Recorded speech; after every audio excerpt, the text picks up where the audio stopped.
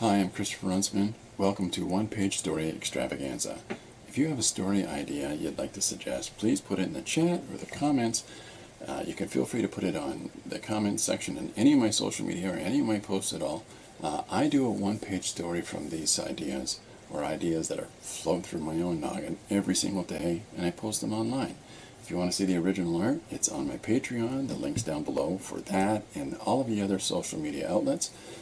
Joining the community, have fun, subscribe to things, put the notifications on, all that jazz. But take part, have fun, watch for your suggestion to be made into a story, inspire others maybe with your idea, or, I don't know, be inspired to make some of your own.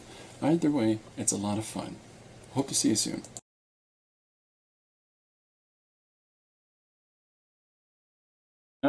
So let's get down to business. What shall we?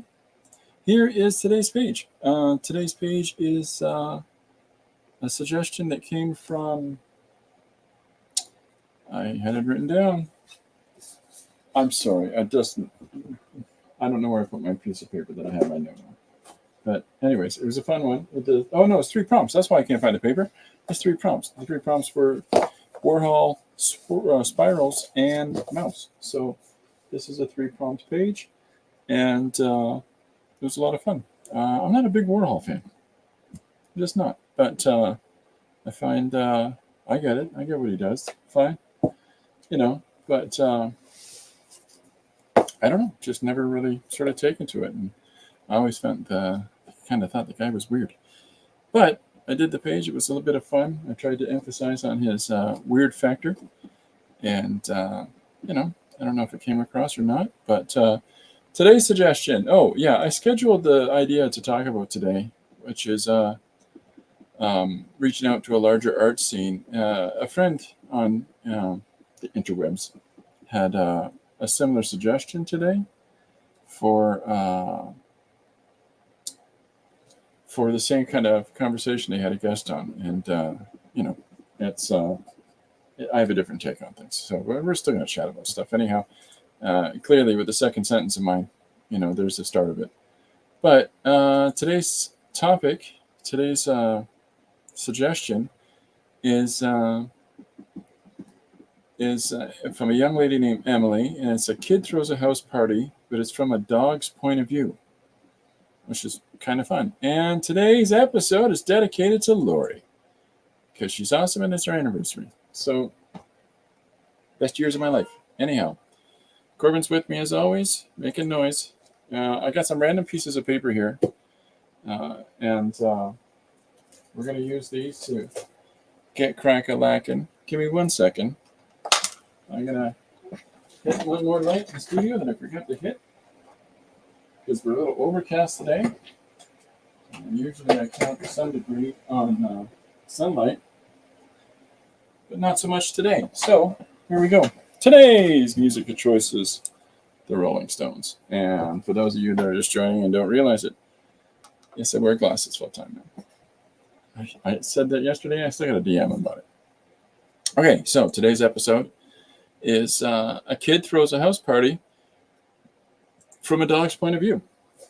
Now, when I was doing jelly plating, and I was doing some stamping with and some off-rolling with these cards here in order to build up some value on those so that I can utilize these in pages, which I've already done one. And we'll do some more. Right, Corbin? Corbin is really annoyed that I have a book in his way. Just so I can move it. All right? Happy? Okay? Better? Better. Happy. So, I thought I'd use these sheets that you can see where the cards were, right? And so I thought I'd use the sheets to do something, and to work on our page today. Because honestly, again, I've said this before, it really doesn't matter what the surface is. If you really need to work, if you really need to draw, if you really need to write, you're going to do it. And so that's what we've got here. So I thought I'd start with, if this is a house party, thrown by a kid from the dog's point of view. Let's start with the dogs. Let's start with the dog. So, let's see how well this turns out. Might have to use, let's just use a regular pencil. Is that going to turn out any better? Doesn't matter how many times I try to answer lighting concerns. It always seems to be a pain in the butt. So, okay, so I've got my little thumbnails off to the side here, as I usually do, and I'm going to draw a basset hound, because they are just quite honestly some of the funniest looking dogs ever. Because they got all those fantastic folds and wrinkles, and when you look at them, like just the shapes of them, it's kind of cool. It's kind of fun and interesting. So, now there's I'm trying to get some time. One of my sons has given me some advice about stuff that he thinks will be of benefit to the channel, to sort of make things a little more polished for folks. And he's got some insights on that. And so I'm kind of curious to how I know that he's going to have some fun ideas. And the kids know better than we, not kids, So, yeah, I'm open to those ideas. So I really appreciate you sent me that. I just haven't had a chance to respond to it. So anyhow, we'll be trying some new things. But the thing I wanted to talk about today that I put up in the ideas, and hi to anybody that's joined in, by the way, that I haven't had a chance to say hi to you. The thing about what I posted for today's idea conversation was how to grow your audience. It's something that I've been working on. And, we got Raul's joined us. How you doing, Raul? It's something that I've been working on for a while. And, there's a lot of different ways that people are taking an approach to it. And I'm just there's a whole bunch of ideas expressed on the Friends stream this morning, and those are a lot of fun. I just, I don't know. I got a lot going on. And with my lot going on, and the fact that I'm doing other things each day, I don't have the time for all that social media stuff, nor do I have the interest. So I've been having a lot of fun with things growing organically, naturally, with people just jumping in, and it's fun. I have had an opportunity to reach out to all kinds of people, and I appreciate everybody that's jumping in and having some fun, and I appreciate the opportunity to be doing this work that I'd be interested in doing anyhow. Leave that alone, Corey. And thank you, everybody, for that. I think that's the path I'm staying on. And anything else to me just sounds, I don't know, a little contrived. But this has been cool. It's been an opportunity to meet people from all around. And, there's a lot of people that I found that have this fantastic, authentic, creative voice that they have to get out, and I appreciate that. So thanks everybody that's taken part on that level. That's nice. We live in an age where we're always inundated with whatever we're inundated by, and I don't want to add to that pile of noise. So if there's anything that I'm doing that's helping folks out in their creative journey, that's great. And I think that over time, however many people sign in for that and join along the way, that's great. So what I'm doing here is I'm penciling in the line structure of the first image of the dog from a little thumbnail. And the reason I use these small thumbnails is so that I don't entirely rely on the source imagery. It's small, and I have to look at it and make decisions because it's so small. I have to look at it, and I've shown this numerous times on the screen, how small the images are that I use. And the reason that I do that, and see the one in the middle is the one that I'm working on here. And the reason that I do that is because it allows me to be drawing what I'm drawing. It allows me not to have to be just entirely reliant on this supplied image. And if you can do stuff like that, it makes your brain actually figure out how to draw instead of being stuck in this sort of everything is drawn looking the same. I'm about the journey of growth and to try to improve how I'm working and come up with new ways of drawing things and drawing new things in general and having growth in how it is that I'm drawing. There's an awful lot of, people tend to give in, oh, it's my style. Your style has been your style for X amount of years, and that would be one thing if your style wasn't still where it was when you started. So I'm just trying to push and just trying to grow and to chase down new ways of making lines. And so that's why I do things the way I do. Just making sure I'm not missing out on anybody.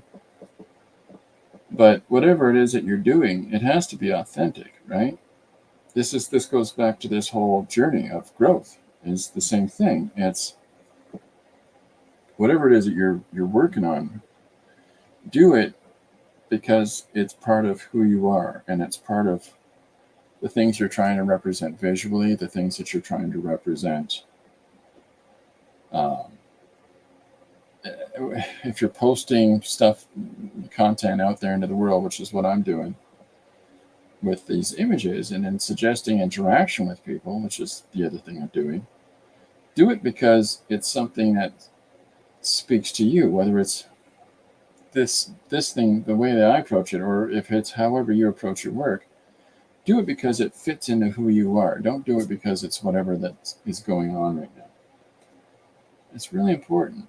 And work in medium that you know enough to work in, but at the same time, challenge the heck out of yourself to try new things and to broaden out. Because at the end of the day, it's the same conversation that we had with the kids when they were little, and that conversation is, does it matter if Sally jumps, into the river, or you're going to jump in the river like Sally? Do the things that you're doing because they speak to you. If you want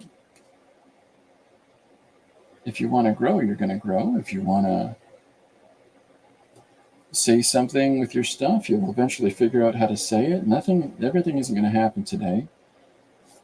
Just, it takes time to get there. And in the meantime, people are really keen to get to know who you are.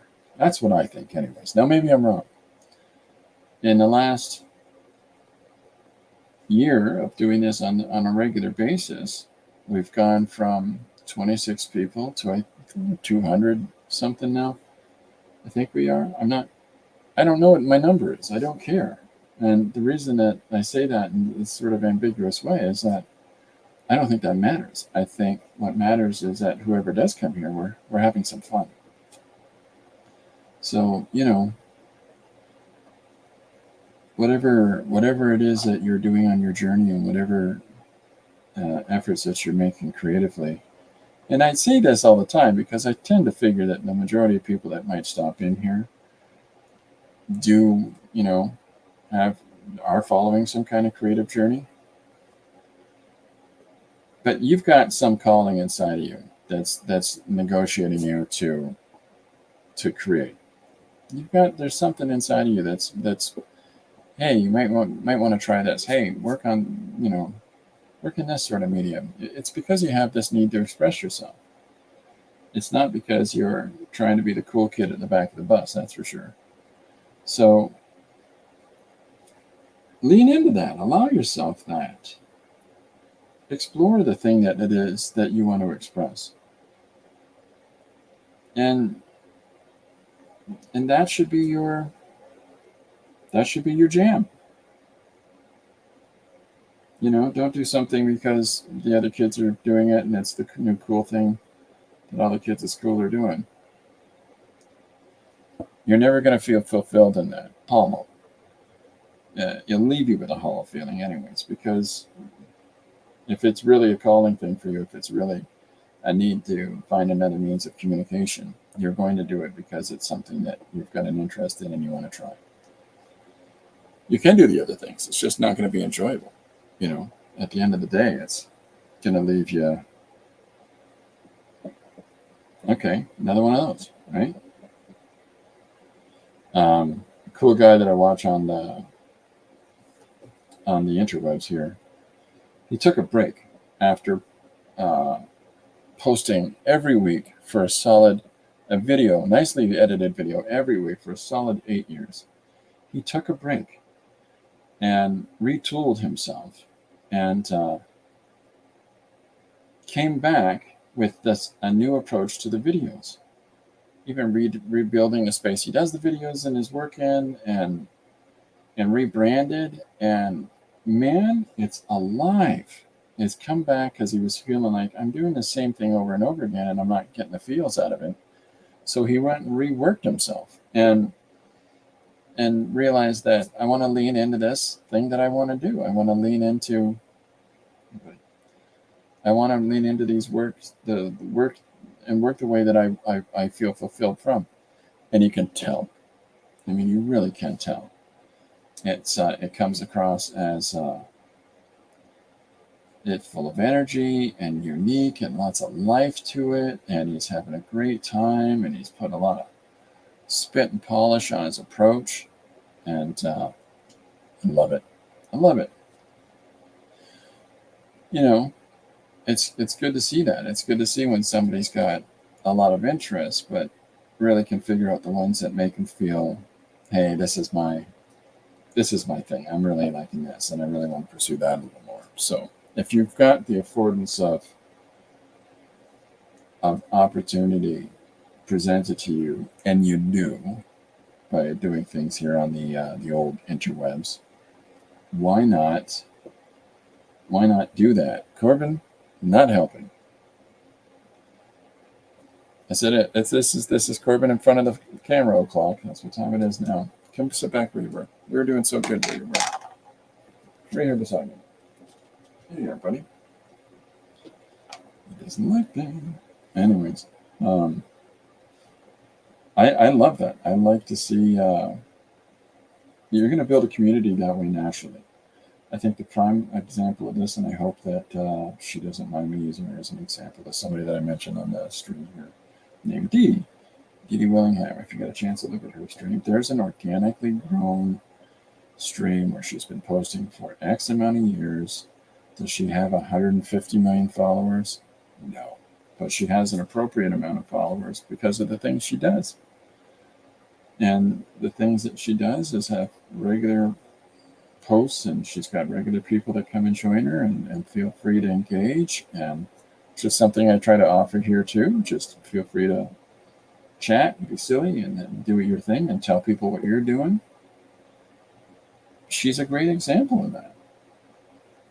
So, I will never not sing those praises of people like that, because unless you're looking for some sort of full-time income generator, and in order to do that, you got to give up some authentic you, I think, and a little bit. You're lying to yourself if you don't think that's the case, because there's a part of you that has to bend to, this is the cool thing that the kids are looking for. Well, I think I'm a little long in the tooth for that. And what I mean by that this isn't about age. This is about, I've been doing what I've been doing, the way I've been doing it for X amount of time. And as much as I'm growing and pursuing my creative journey, I know for a fact I don't want to do that.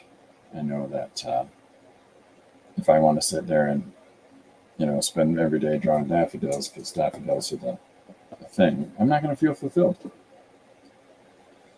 It's the one way is fast and one way is fulfilling. Some people argue that, you still feel fulfilled the other way. Well, there's always exceptions to rules. But if you want to do dental illustrations, because dental illustrations are the thing, well, I hope you like dental illustrations. I like telling stories. This is what I do. And I'm not interested in being, telling superhero stories or being a superhero artist. I find that can be limiting, and I don't want to just regurgitate corporate characters that are owned by companies. I don't find fulfillment in that. And so following my own path means that negates me from being as popular maybe as I could be, because I'm not interested in doing illustrations of these other things and developing some sort of base of that being, how I represent myself to the larger community. I have zero problem with the people that do. If that is what you're finding fulfillment in, this is the thing I've tried to express before, just do it. Do the thing you want to do. But do it because you want to do it. And there's a great deal of people that love that. And I think that's fantastic. And I really encourage them to do so and find that fulfillment. It just doesn't work for me. And because it doesn't work for me, I can't tap into all that demographic. And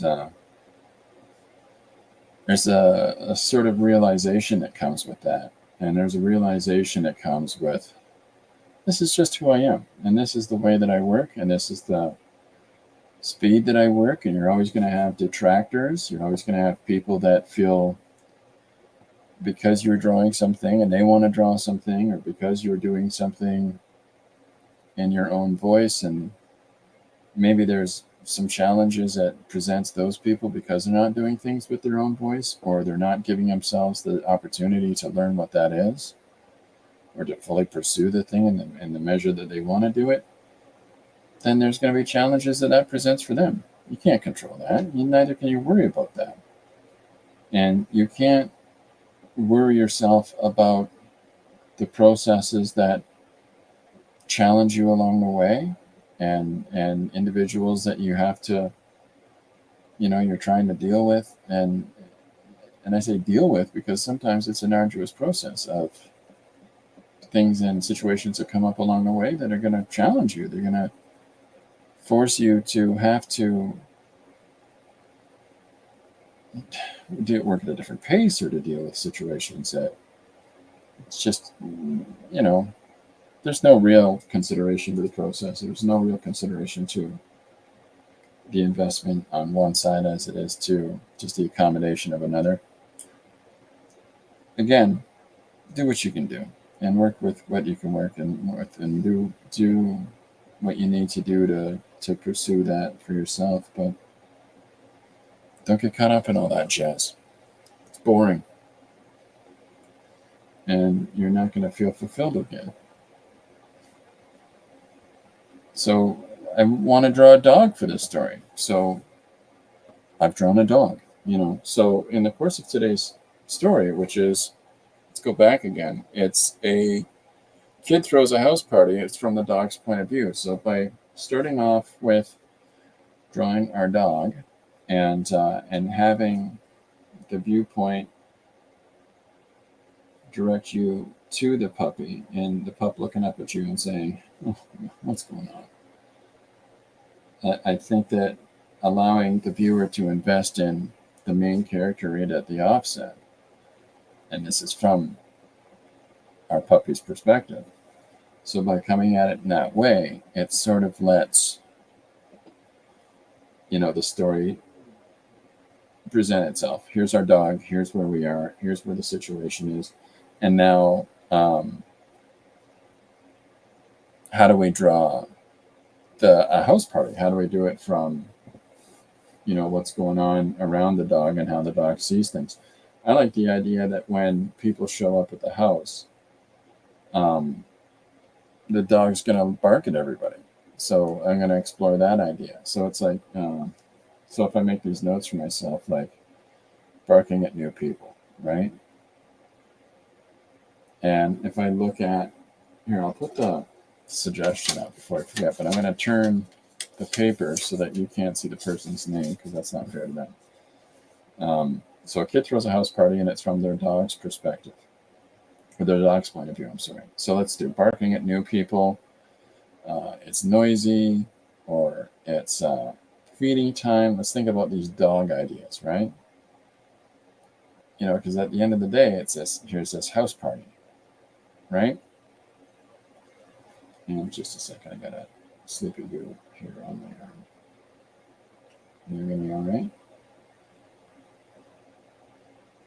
Corbin is in the studio with me as usual, and is curled up on my arm, and I just, there we go.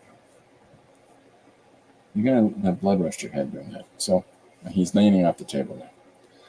Okay, so if I'm going to do it at a house party, let's start there. So here's the dog, here's his perspective, and here's what he's looking at. So let's look at legs moving around. Maybe that's an idea of. So we'll draw. So I'm just working with a white pen to fill in the areas that overlap with the pre-existing values on the page, right? That's why I've used this white Jelly Roll pen, is to give us back a white surface on a surface that has been pre-colored. And why waste this paper? Because this is interesting to have this value move through this panel. So when we scan that and we crop that, now we've got this dog picture, but with this cool effect. That's the theory. So, but let's draw the perspective. So let's put a coffee table. Okay. And because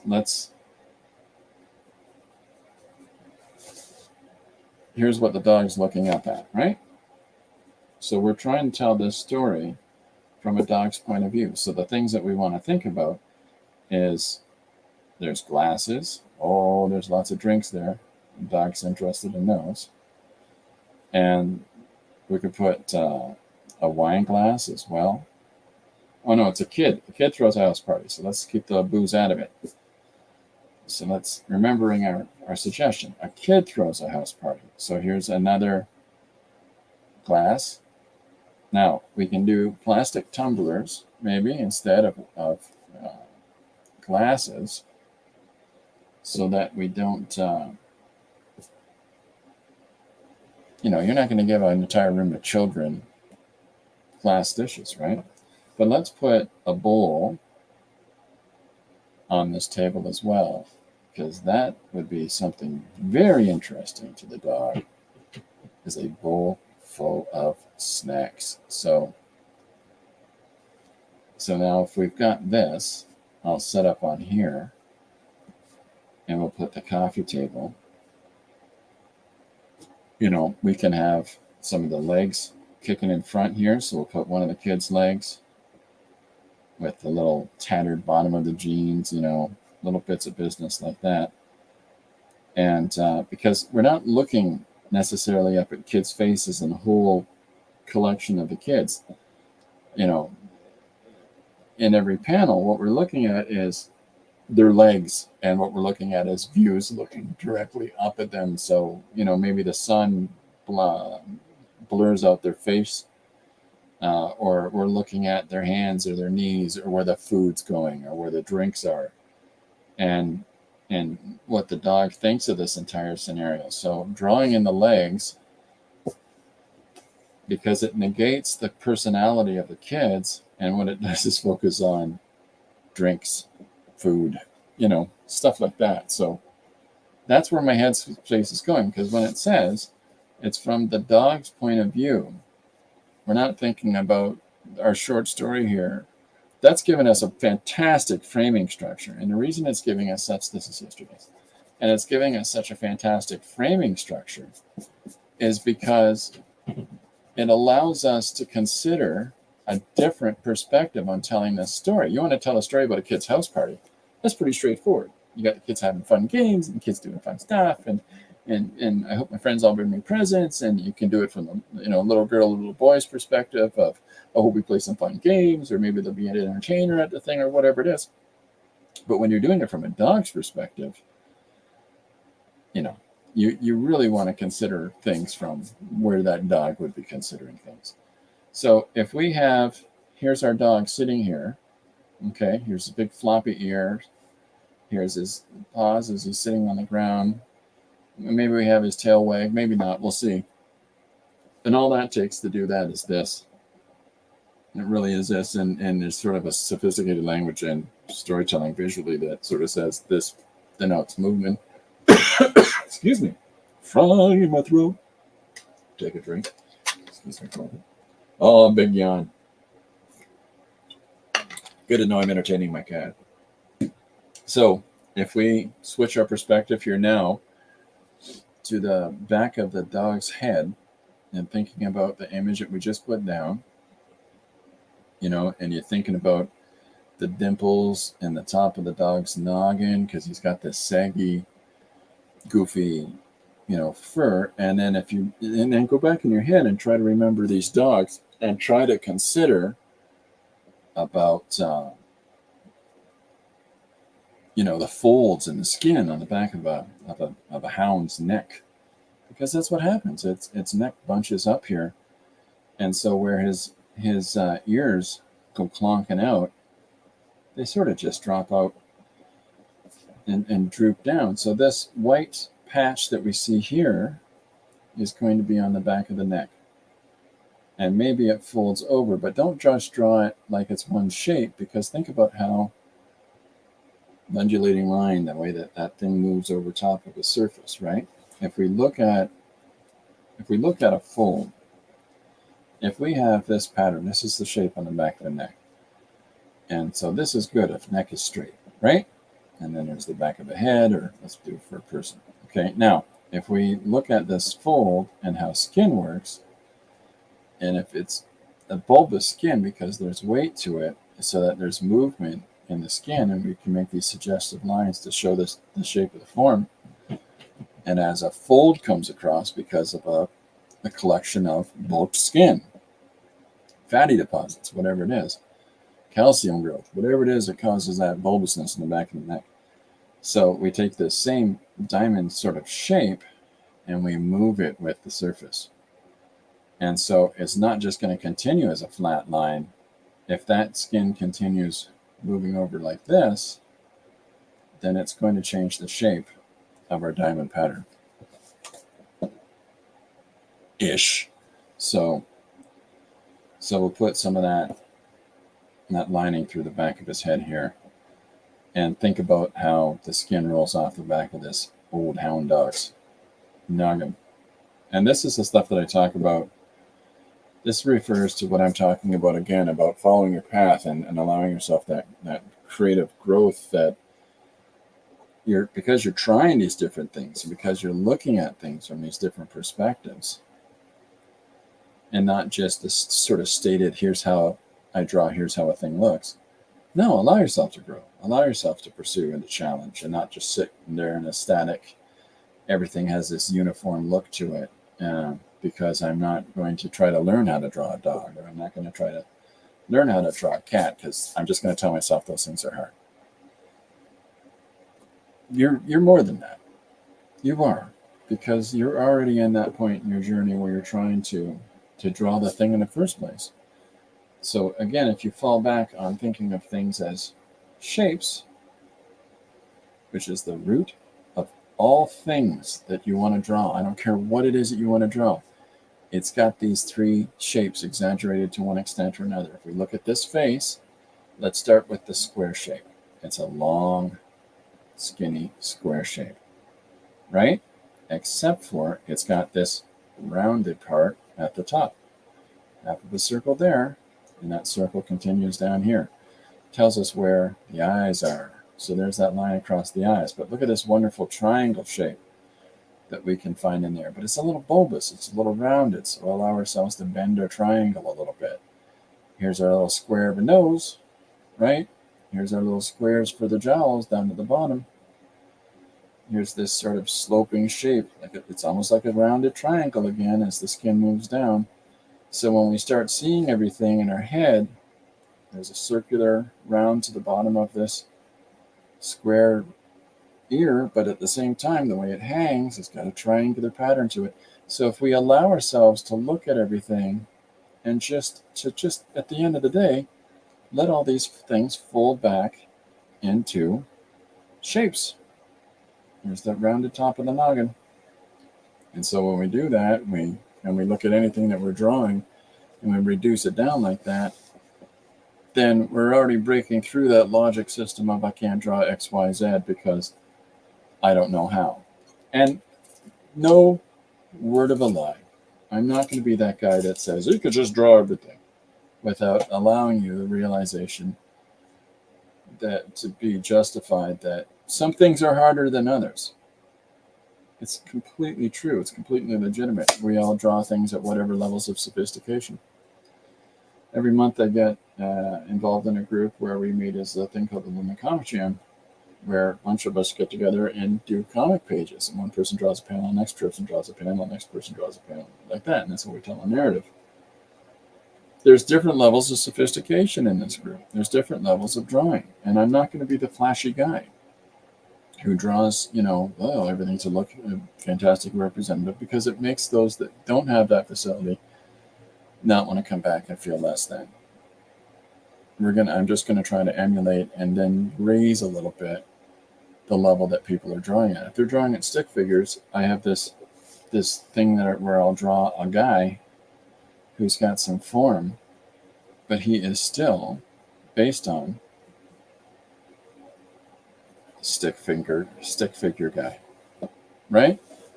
So hopefully, and then I'll have his eyes be a little more expressive, and I'll move his face around on the shape. If they've just drawn this, I'll try to put a little bit of a pinch on the cheek or something like that. But it's not to show everybody up. It's to build on that narrative. So whatever journey level people are at, get rid of all this junk. If you're looking at, what did you draw there, Chris? I wanted to see that. Rewind and pause. So, because I don't want to smudge everything I'm working on. Okay, but I will leave this up. I'll tell you what, I'll do it just to make it more solid. Right there, right there, right there. And when you look around the room that you're sitting in and all the man-made things, and if you're sitting outside, bless you. That's fantastic. You should be sitting outside. Nice and pretty wherever you are, probably. Look around you and look at all the things that are made around you and realize that all these man-made things are based on those. And even the organic things like trees and stuff like that, I've shown in previous streams about these. You can break everything down into these three fundamental shapes. So it's just a case of looking at how they work together. Missing people saying hi, and I'm sorry for that. Hi, Chris. Hi, everyone. Just a quick hello about the end of the class. See you around. Hey, have a great day teaching today, Chris. Chris teaches at the University of Mexico. Superstar teacher. Students are very lucky. And Mr. Jim Lewand's joined us as well. And Jim is a fantastic animator and is working on a new film called The Full Fungus. And he has a stream called, Hey, man, how's your movie going? And please check out Jim's work as well. Check out what both of them are doing on their different social media outlets. Okay, so we're now reversing these shapes like we have in the ear here. I'm reversing it to this side and dropping it down there. What's the back of this ear look like? Well, it's going to have a fold as the skin folds back and droops. And then we're going to have this fold of the neck in front of it.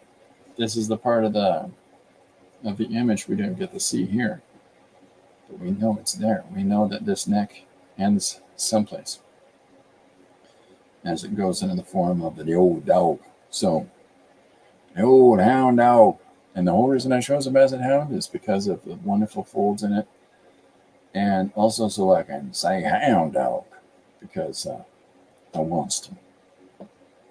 There's a film called Best in Show, Christopher Guest and his comedy troupe, and he plays a fellow who's got a hound dog, a blue hound dog to be precise, and he speaks in that drawl the whole time, and it's absolutely a lovely cadence that is in part of the Americas there. So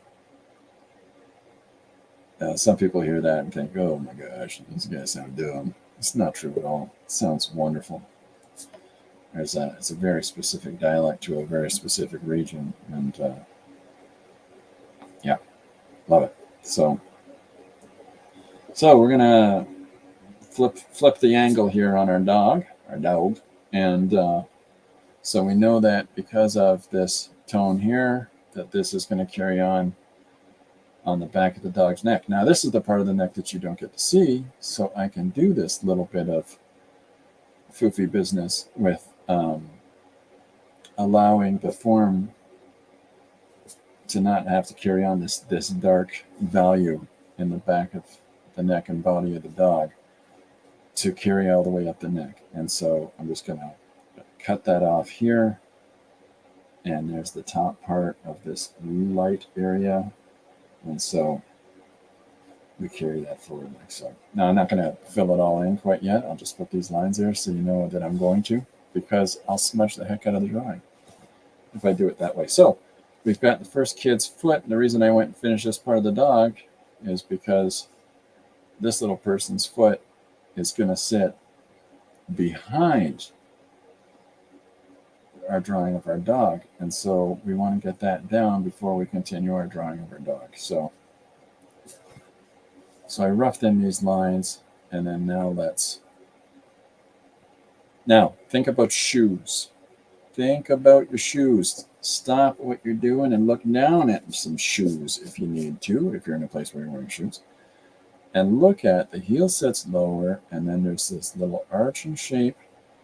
And so while the rubber on the bottom might be flat, it's going to have this bridge in it for your comfort.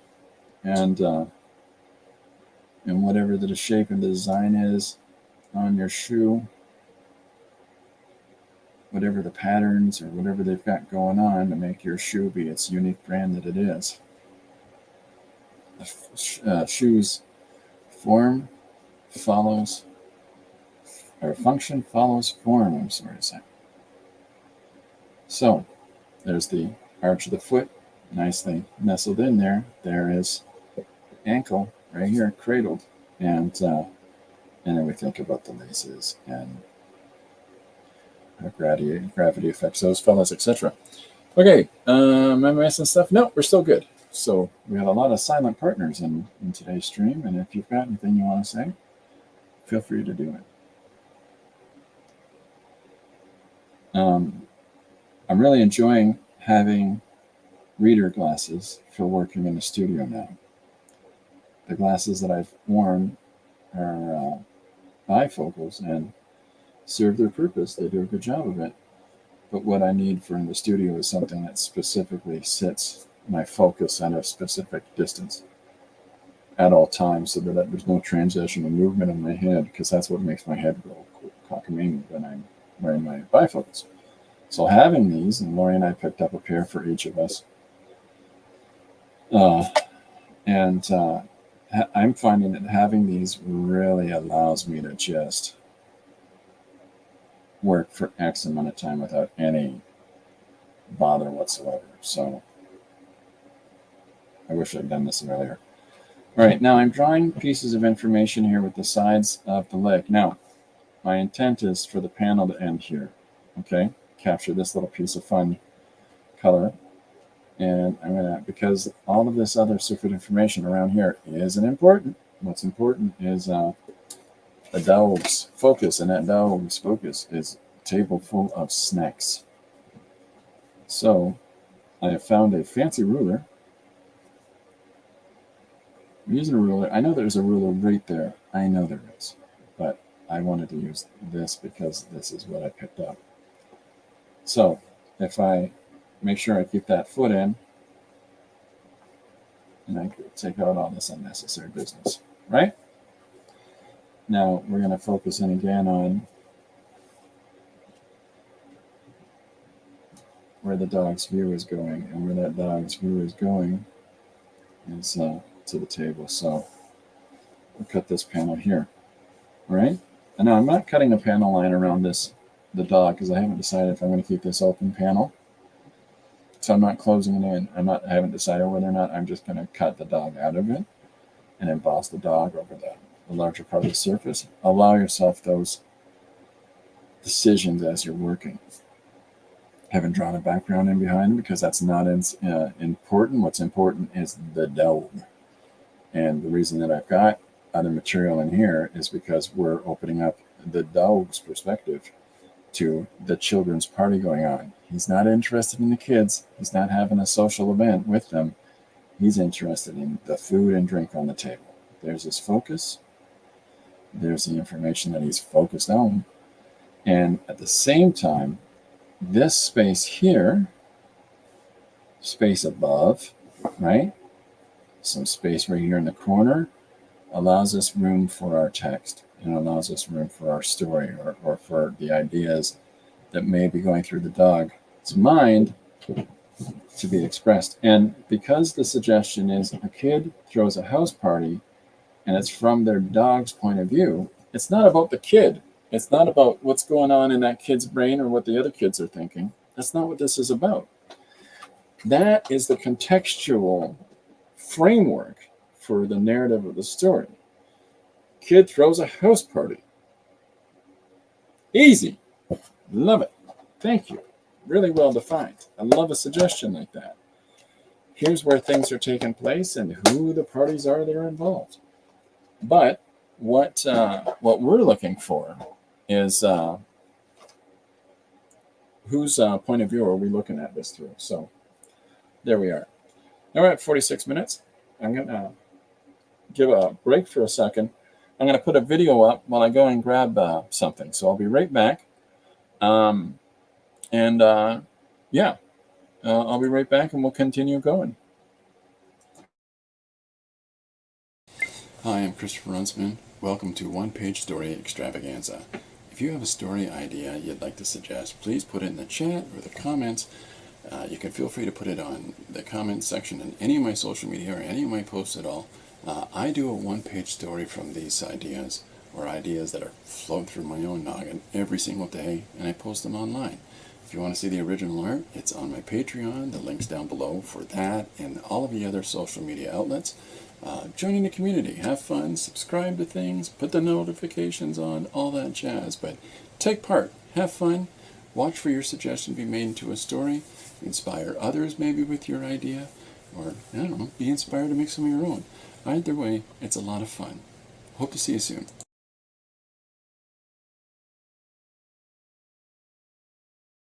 So Lori edited that for me recently, and I gotta tell you, I love it.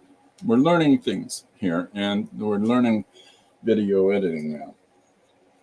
Primarily, Lori is learning video editing because she can kick onto these things really quickly, and I tend to be slow adapting to technology. Fast adapting to tools, slow adapting to technology. So I really love the rhino at the end.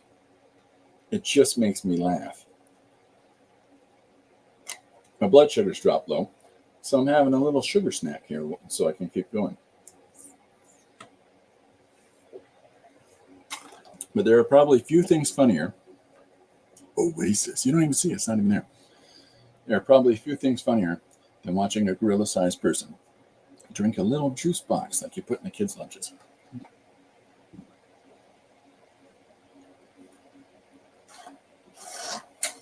They don't last long. Done. All right, back to it. So, okay, we got our dog. We got our dog's perspective as he's focusing on the table and drinks. And we've got the kids that are at the get-together. So we're establishing house party. We're establishing where he's looking at us, the reader, and now he's allowing us, we're turning the camera around. We're seeing what he sees. So by this course of action, this enables us to change the perspective of the viewer participant, because that's what your audience is, in my mind. Whenever I'm drawing these pages, and because we're doing one a day, I tend to have a lot of these routined in my head, these things I'm talking about now. But when we're drawing these pages, we have to think about not what we're drawing or what we want to draw or all that fun jazz. He says in his orange dancing sweater.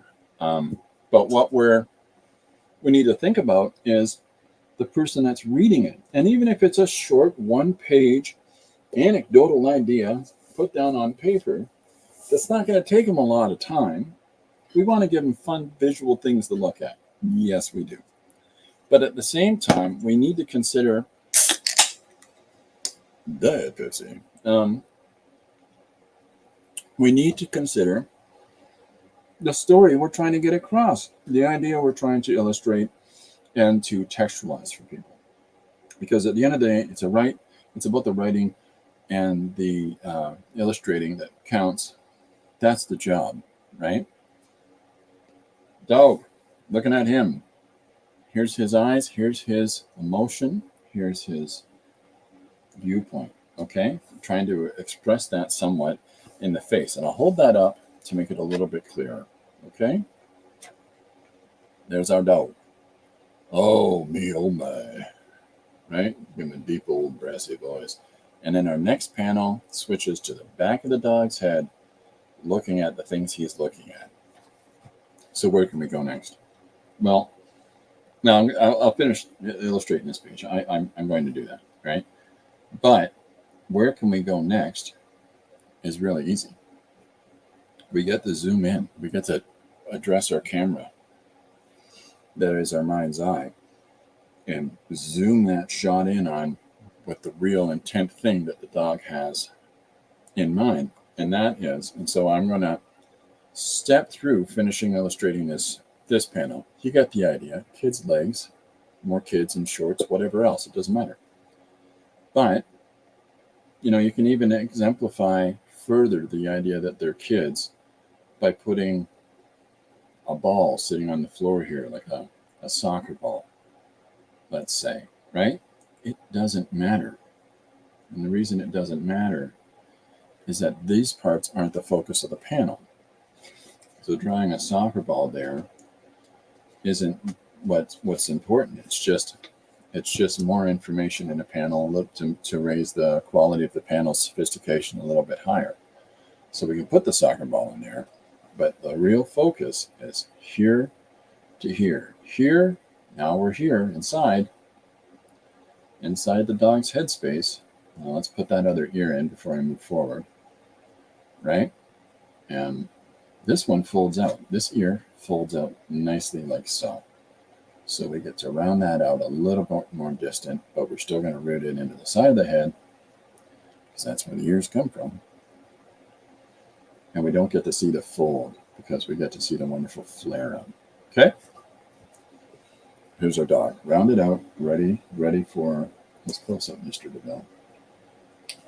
So now we're going to move in. So the next panel that we're looking at is he sees the glasses. So let's tilt our angle up. Let's move it to the dog's point of view. Okay, so now we stepped right inside of it. So if we see the table line, we're going to drop it down a little bit more.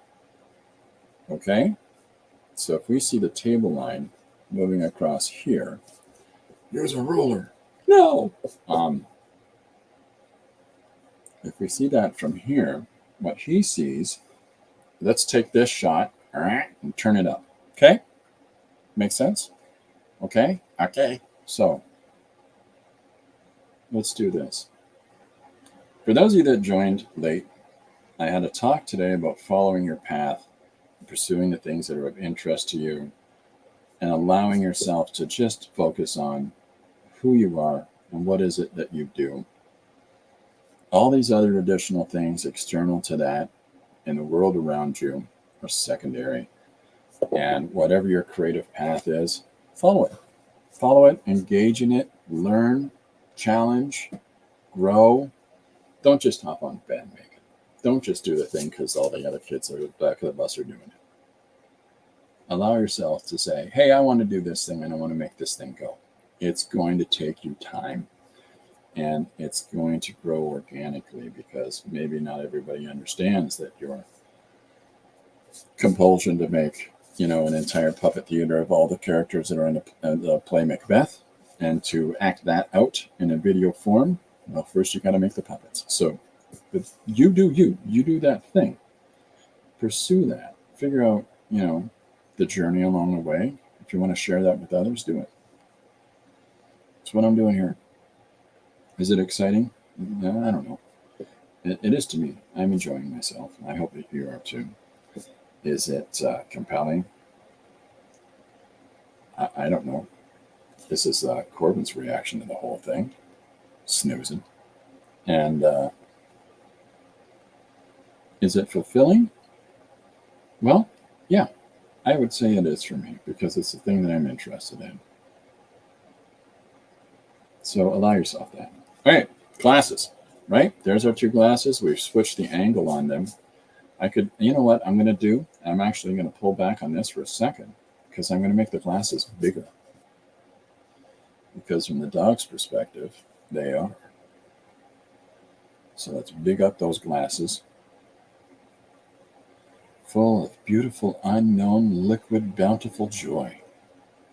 It's really not interested in the glasses. He's interested in what's next. And what's next is the bowl of things.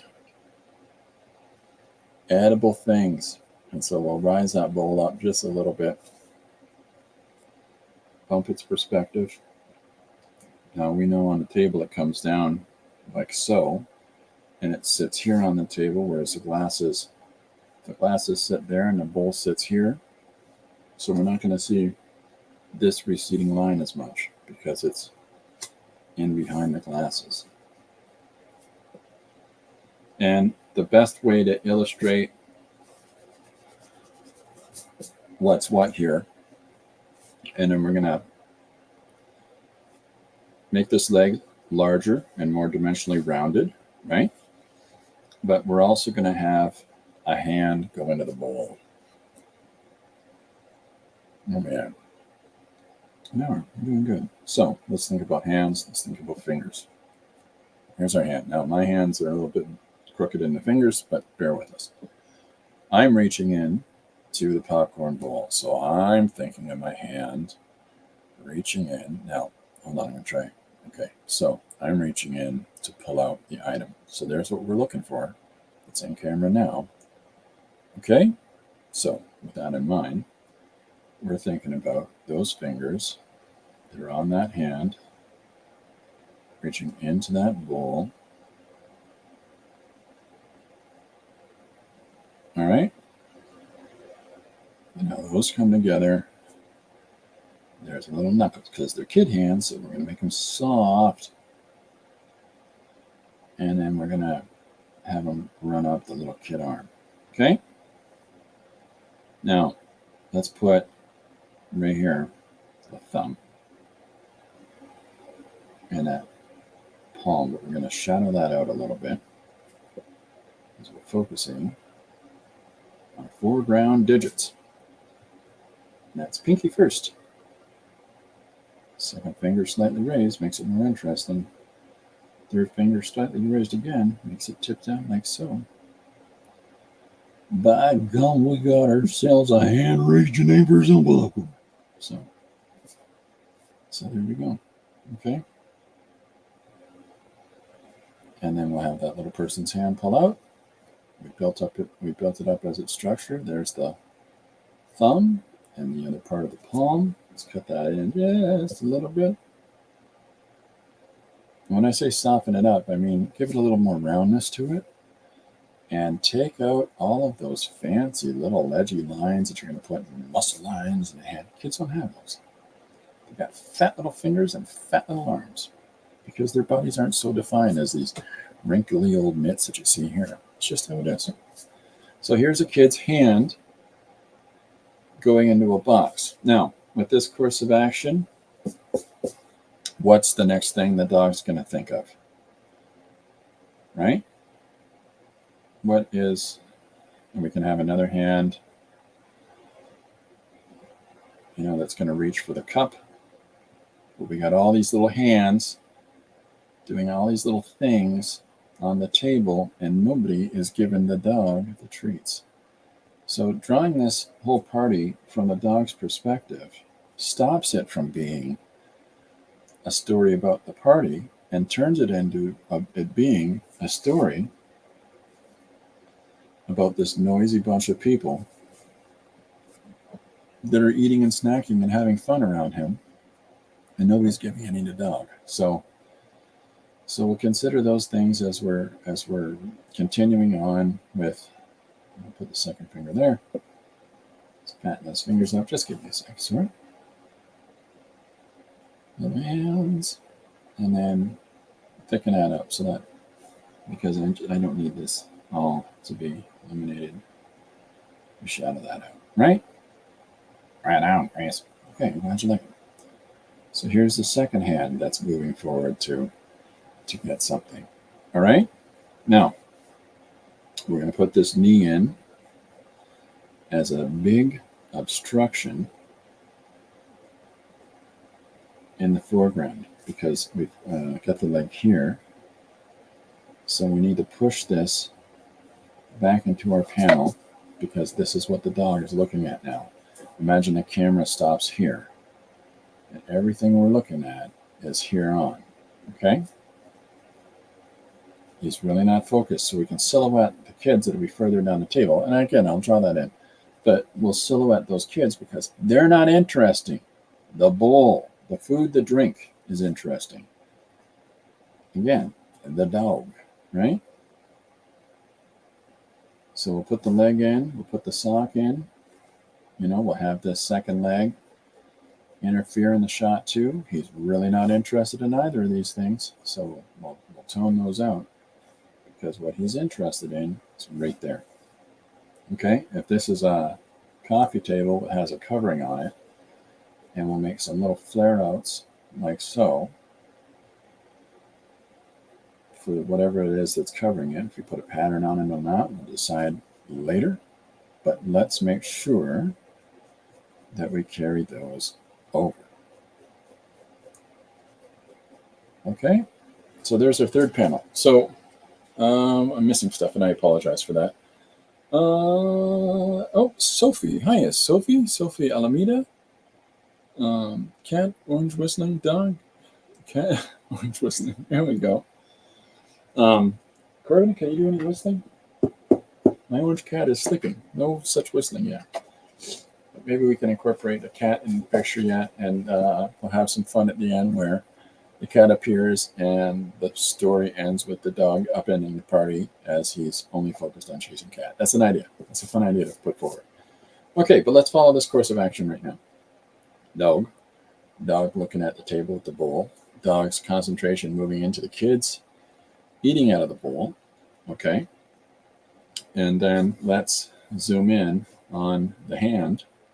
So I'll move down here for my space. Now, there's no rule here that says the whole page has to exist on this single piece of paper because I'm going to scan this. I'm going to take each of these panels out on their own and put them on the page because I have the utility to do that. If you only have the utility to work specifically on paper, try to lay your paper out in such a way as that you can fit all of those elements that you want in your story onto the same sheet of paper. But if not, allow yourself to take a couple of sheets of paper or take, different types of paper. Whatever it is, it doesn't matter. You're the storyteller. You make the decisions. So we've got our hand reaching into the bowl. We've got our hand reaching for the glass. I'll put another hand in the background here as we'll draw it as a silhouette, but it's clearly got some items in the fingertips here, right? So we'll draw those in here, zoom that out, putting some different kids in. You see, this part doesn't matter. This is inconsequential. We'll do that in a minute. Because again, its focus is here. So whatever we have in here, if we do have kids in the background, all of that's going to be different levels of gray tone. But what our focus is the hand with the food in it. Sup, dog? Hey, Mr. Paul Pate. How you doing, sir? Nice. Okay. Sup, dog. I like that. I was just talking earlier about how in Best in Show there's a dog character, and Christopher Guest he got his voice about his big old dog, Blue. It's just great. And so his facial, he emulates his dog. All the, big jowls and all that. So when he speaks like the dog would speak. Take a look at it if you get a chance. Best in Show, Christopher Guest. It's really funny. But one of the suggestions is that the dogs that people own, there's a reminiscence between the owner and the pet. So anyhow, dog, what the perspective is, looks like on the dog's face, what the perspective is from the dog's point of view, zooming into the dog's point of view to what he actually sees. We've made this turn around and focus in. But now let's push it a little bit farther. And so what I'm looking for is that hand with a bunch of snacks in it, pulling it up to the face, right? So let's just take 2 steps. And we'll have the hand, and let's just rough in a hand shape here.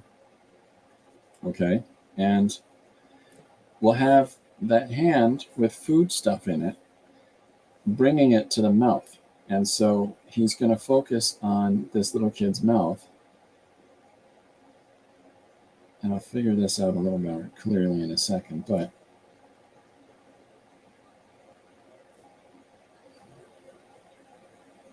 give that kid a big chin, didn't I?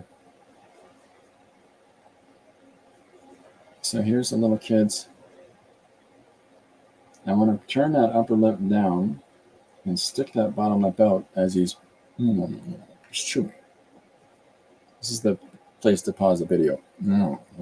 Right there. You're welcome. So he's chewing on popcorn. I don't know. Whatever he's got there.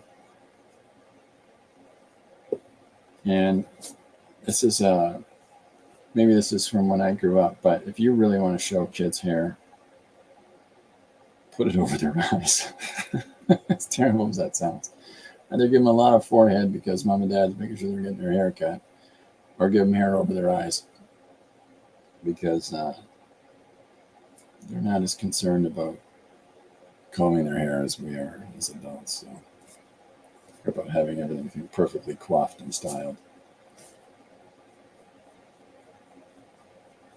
So here we go. So we're going to put some of that shape in there. So here's the hair.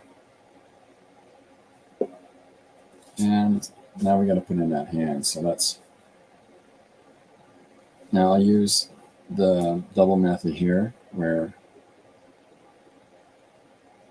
I'm going to have the white jelly pen because I'm drawing over top of this pre-colored surface, because this is a roll-off page. I took the brayer. It's a brayered off page when I'm doing jelly plating. This is where you're cleaning your brayer off.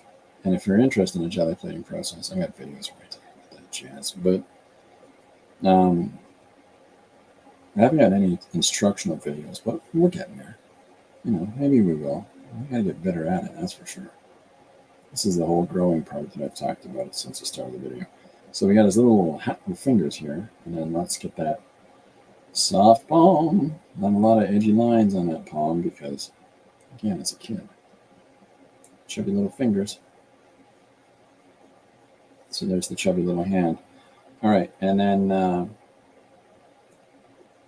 so what he's really focused on here is this hand putting food to the mouth. Milk duds. Oops, I'm sorry. Sophie was saying I was just using emojis. I love dogs. Sophie loves dogs. Right on. Milk duds. That's Paul. What's your favorite movie snack? Milk duds is what he's suggesting that the kids eating. I don't know what those are. They're probably, I think they're here in Canada, but I'm just, I don't know what they are. I think they're little chocolate balls, little chocolate circles. We had a thing here in Canada I used to love as a kid called Whoppers. And they were, balls of wafer and chocolate coating. And you'd bite into it and be the hollow center of it. Anyway, I like those things. I really enjoyed those as a kid. And, they're extravagant cost, considering, the economic situation I grew up in, but they were a lot of fun. So just for interest's sake, I'm going to put what it is between his finger and some of what he has in his palm to more resemble a popcorn neck. Just because it's more abstract. It's not more abstract, really, but this is just where I've placed those right now. Let's see. Maybe I'll brown it out. Maybe it'll melt dead right now. Yeah.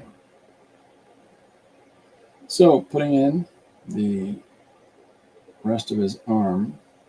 Now, while this panel doesn't reach all the way to the outside edge of the paper, the panel above it, the focus part of this panel is right here.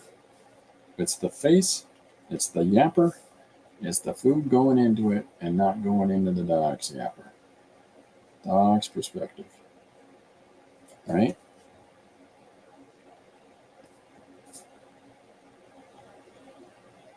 So let's make a little dimple line for that. And we'll put a little bit of little rounding on that nose just to make it a little more childlike.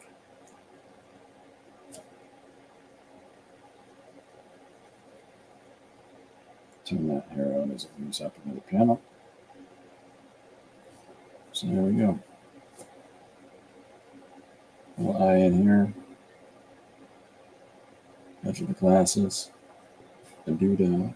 A doodah.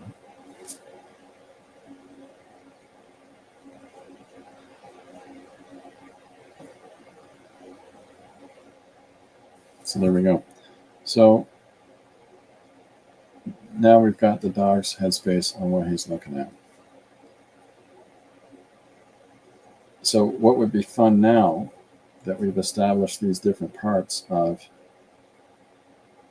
this kid in this striped shirt. So what we can do now is that now we've established the dog's interest is and the scenario in itself. Striped shirt. There we go. Let's reverse the angle again. Paul says, "Oh, Chris, milk duds might kill you, but they're caramel covered in chocolate. By the end of the movie, your jaw's aching and you could just drool down your shirt." Life goals. Yeah. I don't know. It just might kill you, Paul says. Caramel coated in chocolate. They sound similar to Whoppers. Maybe Whoppers is Canada's version of milk duds. Okay, so here's our kid eating the candy, right? So now we can switch over to our dog's expression again and carry that narrative back to him so that as we've got, I'm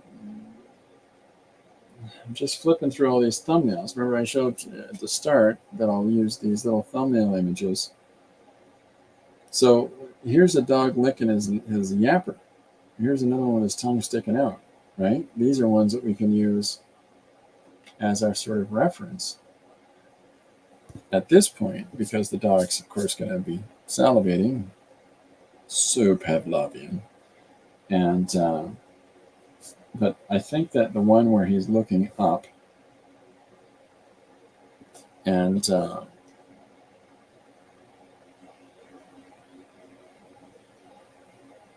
I'm sorry, I just got things coming in. Just wanted to make sure I wasn't missing. All right, so as he's looking up, and we'll have, again, the droopy eyes and all this business, but we're going to have that tongue sticking out. So the structure of the face falls down here into the big yappers, and then there's the jowls that are hanging down, and here's this big cheminaz. These guys. Anyways, and then there's the tongue sticking out. Just because It's funny. Milk duds are Canada too. Okay. No, uncommon, I guess. Probably not. I just don't eat candy. I tend not to be a candy guy. Never really was a candy guy. Now I'm definitely not a candy guy, but yeah, they sound like a lot of fun.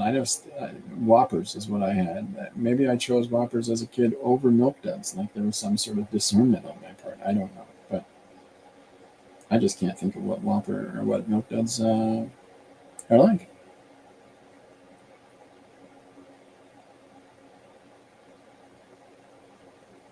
Okay, so drawing his face in, I'm going to pull the way that I started the shape of the head, I'm going to pull back a little bit here on the eye, the placement of the eye, because I want to emphasize the prominence of that big old nose. Gary Hodges, everybody. How you doing, Gary? Welcome aboard. Today we are drawing a kid throws a house party, but it's from the dog's point of view. So we're playing with a dog's perspective on things. And now I'm flipping the camera back around onto our dog for his visual reaction, his slopping his chops here. That nose a little more prominent. Some shadowing in there.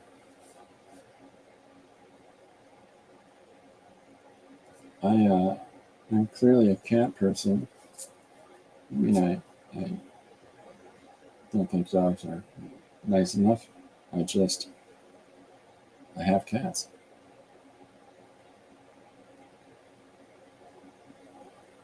All right, so here he is. His big old tongue drooping out. I'm going to pump the tongue out a little bit because I don't want tangent lines. The tangent lines are where one line goes into the next line. You want to separate the objects of your image. You want to try to separate the surfaces. So there we go there. And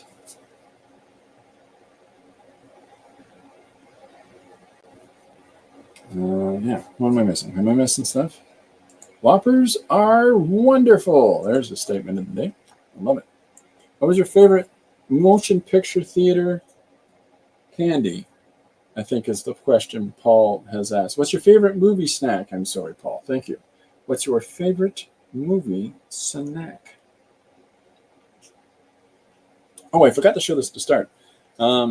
So if I switch off our overhead, this is today's page, and tonight I'll be posting today's Inktober. So this will be the next thing that's coming up on my post this evening. I've got it scheduled to go on. So watch out for that. That's my latest Inktober image. We're on 11 days already. 11 days. That's over 9. So, okay, so back to this. So now that we're turning the camera around again and we're looking at it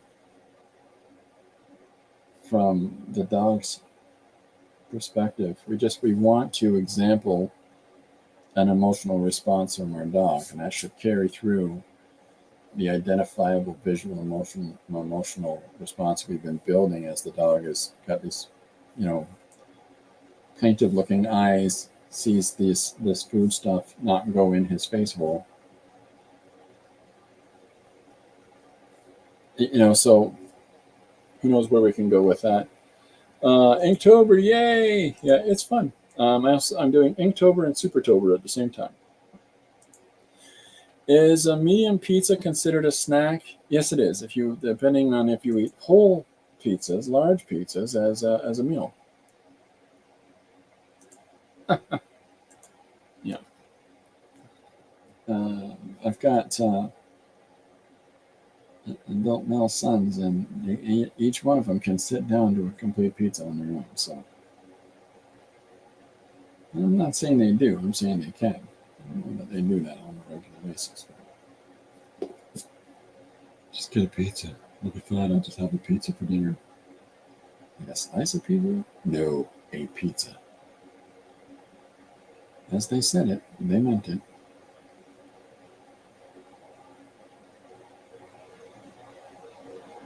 So I've moved the eyes back a little bit just to emphasize a little pushed perspective. And now let's get some of those fun folds and stuff there. So I'm going to change the size of the slopper here too, just because I really want to overemphasize this big old, slopping his chops. You gotta have fun. You gotta sort of push things sometimes a little bit. So we're gonna put a little fold here of the eye, a little organic mend.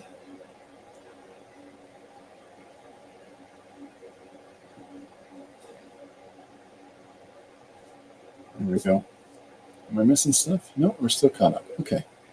I have got 2 monitors, and of course I put StreamYard on the opposite monitor, so I'm leaning over 4.5 feet here every time I got to click. So, which is dumb. Hey, all right. So let's get the shape. Let's get that raised ridge here.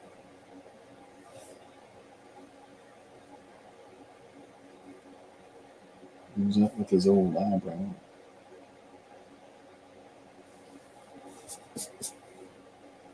It's fun. This is the fun stuff. This is the stuff that I like where,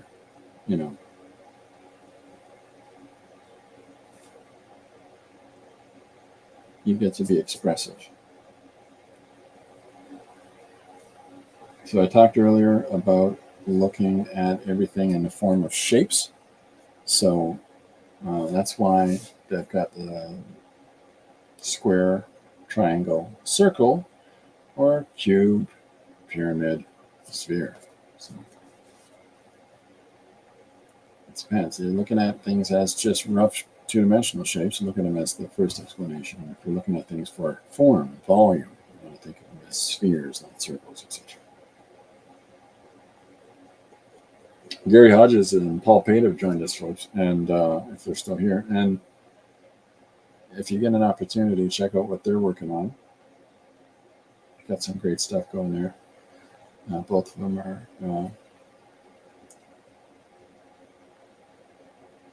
writer illustrators that have got a number. Sorry, lost my squinting at that little thumbnail there. Both of these guys are very successful writer illustrators on their projects. I say very successful. Some people would say, they're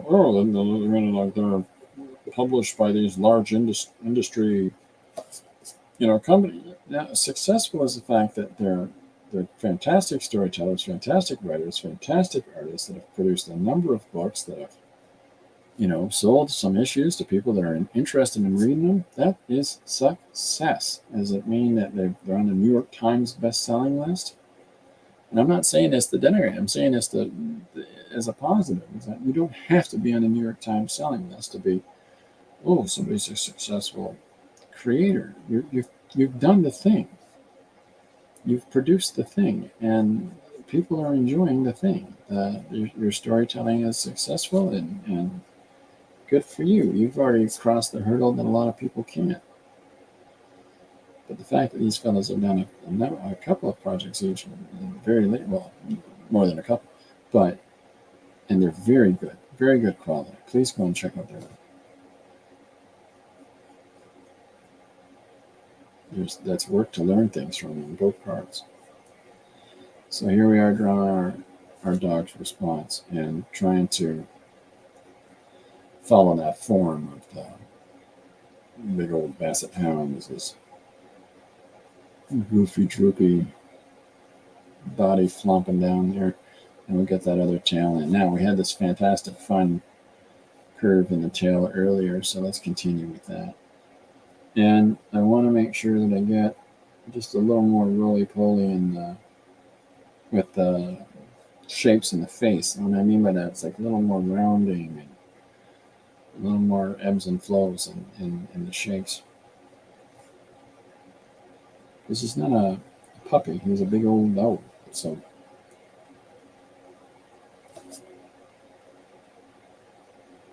I'm going to flop out some more fat in his face here too. That's part of the fun, right? Is exploring the characters and exploring the story that we're trying to tell. And I really enjoy Paul's Detective Perez books. He's got 2 of those. And I really enjoy Gary's DVSM books. He's got 3 of those.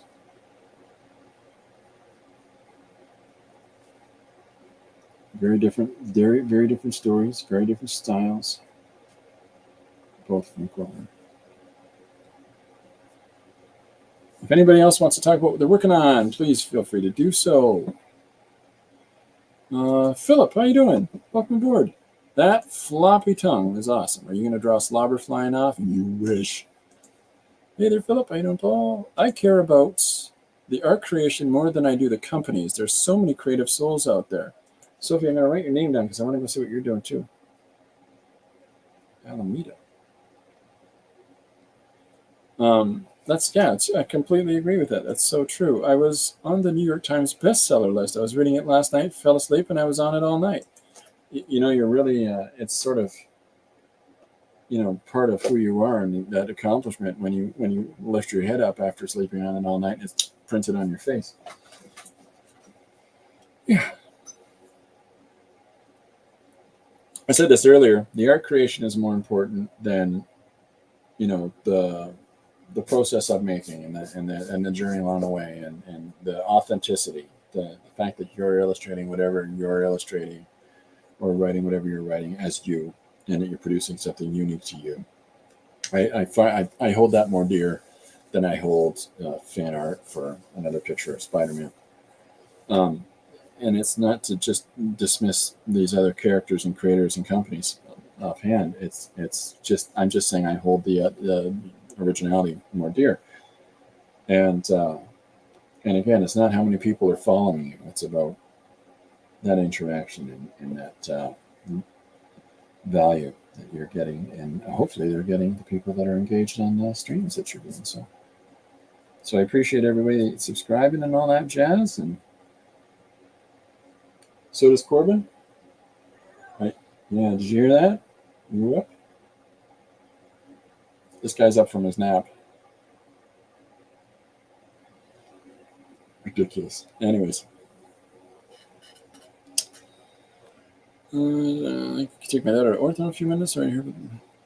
Oh, I'm sorry, Philip. Your tablet died, buddy. I hope that you've got something else you can work with. I was on TV once and it didn't end well. Oh, okay. Do tell us more. No, I'm sorry that your TV appearance didn't work out. All right, a little bit of slobber. This is for Paul Pate, ladies and gentlemen. Let's get a little bit of business going on around this old dope. And then, of course, I'm leaving some space here. And the reason that I'm leaving it as an abstract with no background behind it is because the focus is here. Now I can draw some silhouetted heads and stuff in the background, sure. But I'm drawing. Is that your spot? Okay, here's Corbin's new spot. Right there. He's helping out. People all know, watch this stream, that secretly Corbin draws everything.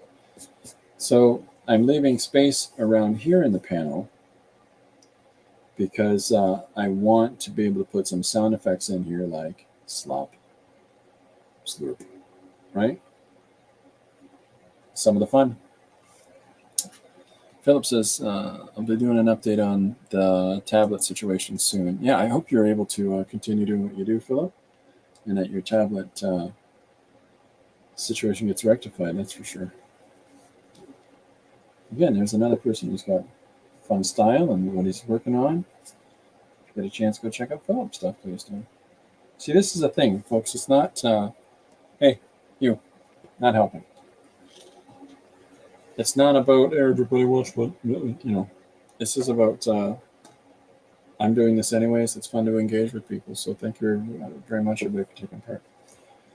Okay, so we've got our dog's perspective, focusing in on the perspective, clarifying without a doubt that he's all about that food, slopping his lips. And I mean, there's a number of different ways that we can go with this. And I'll tell you what, why don't we have some, if you've got thoughts about what you think should happen next, feel free to put them in the chat. So if it's the introduction, of a cat coming around the chair or something, or if it's the dog being ejected out of the room, or if you've got thoughts on this, you are welcome to take part in that process now. Because I have an idea where I'm going to go with it, but we've only got a couple of spaces really of panel left. So editorially, we can only really get one more idea there, one more presented idea.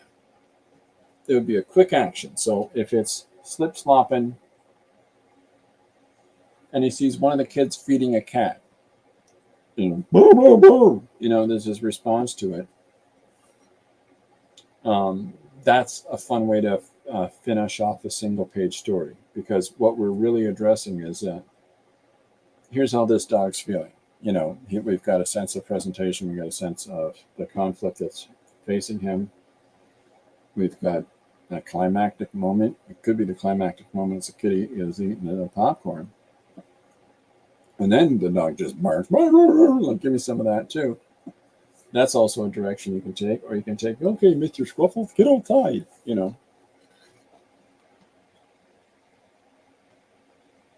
XP Pen is giving me a deal on a new one. Oh my God, what happened? Okay, all right. We're looking forward to that video, Philip. Looking forward to that. Sounds like the tablet went kablooey on its own. So if you've got a thought, so let's present them. There's cat, bark. There's boy, out. There's, slip-slopping, and then just barking away. Slip-slopping away. Yeah, it's a song. Oh, it just randomly died. Okay, I'm sorry, Phil. So there's 1, 2, 3 we've got for ideas for where we can take this. Now, this is a two-step action. This is a two-step action. That's a single-step action. And the fun thing about the single-step action is that when you're looking at the utility of space, and let's say this is a 6-panel page, when you're looking at the utilizing your space, if we have this a little bit larger and it bends over top of this panel, let's say, or feeds down there, whatever it is. If we're doing the final panel and we've got him just, hollering away, big old barky face, and what that sort of gives us is, my computer just, oh no. It's weird.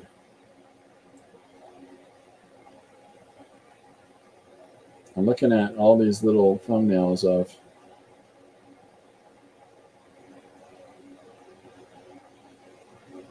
yeah, okay.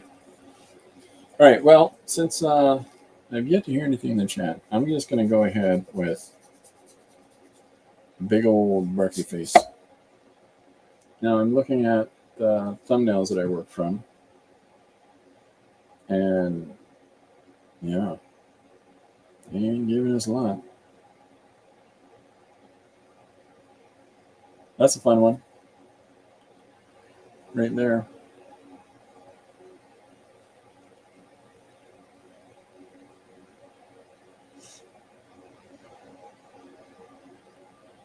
You're not the right kind of dog, though, are they? There we go. That's the one. So we'll just have a big old howl. Philip. What happened to my iPad? The power connection I corroded. They could not fix it. Mine was old, though. 2 years is way too young. Gotta run. Sending hugs and kisses. Hugs and kisses, Mr. Pate. His drawings are really cute, Chris. I love hounds. I used to have one growing up. Nice. Hershey kisses. There we go. All right, so the last image I'm going to do, and I'll just rough it in quick because I'm already at that time. So it's the face of the dog's going to be here, the shape of his face and his neck. We're going to have his eyes, or his, I'm sorry, his eyes, his ears droop downwards like so. And then going to make that nose prominent, get that big old tip of the nose up at the top. There's where his lower jaw moves out.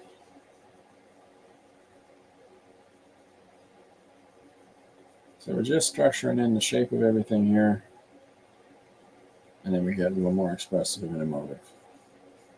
But there's the gist of our whole page right there. We'll make the ears a little bigger, have a little more fun with those.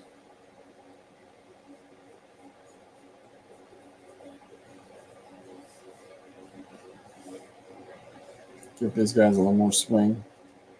Because I learned something years ago, and it's that it don't mean a thing if it ain't got that swing. Do up, wap, do up, wap.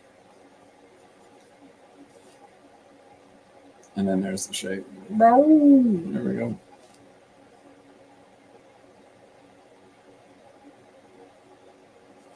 All right, well, we'll get that cleaned up. Okay, so I think I'm going to wrap it up for now, and I'll get this polished up and posted for tomorrow. Yeah, so just to reiterate what we talked about at the beginning, whatever you're doing creatively, whatever your journey is, and if you want to meet more people, and if you want to reach out to a larger community, the people that are jumping into the stream here, I feel really blessed to be able to meet everybody and to engage with everybody. If you want to grow your audience, just be you, be authentic, and just pursue the growth and the journey that you're trying to, and to see where you're going with stuff as it leads you. Follow your path, and you'll improve over time as long as you continue challenging yourself to grow and to learn new things, and to take simple basic premises like this and to really root into those and see how you can perceive things differently, allow your memory to remember how objects and things look, and to use that facilitation for when you're drawing and think about, if I turn this dog's head around, what would the back of the head look like? All those things come over time. It's gonna.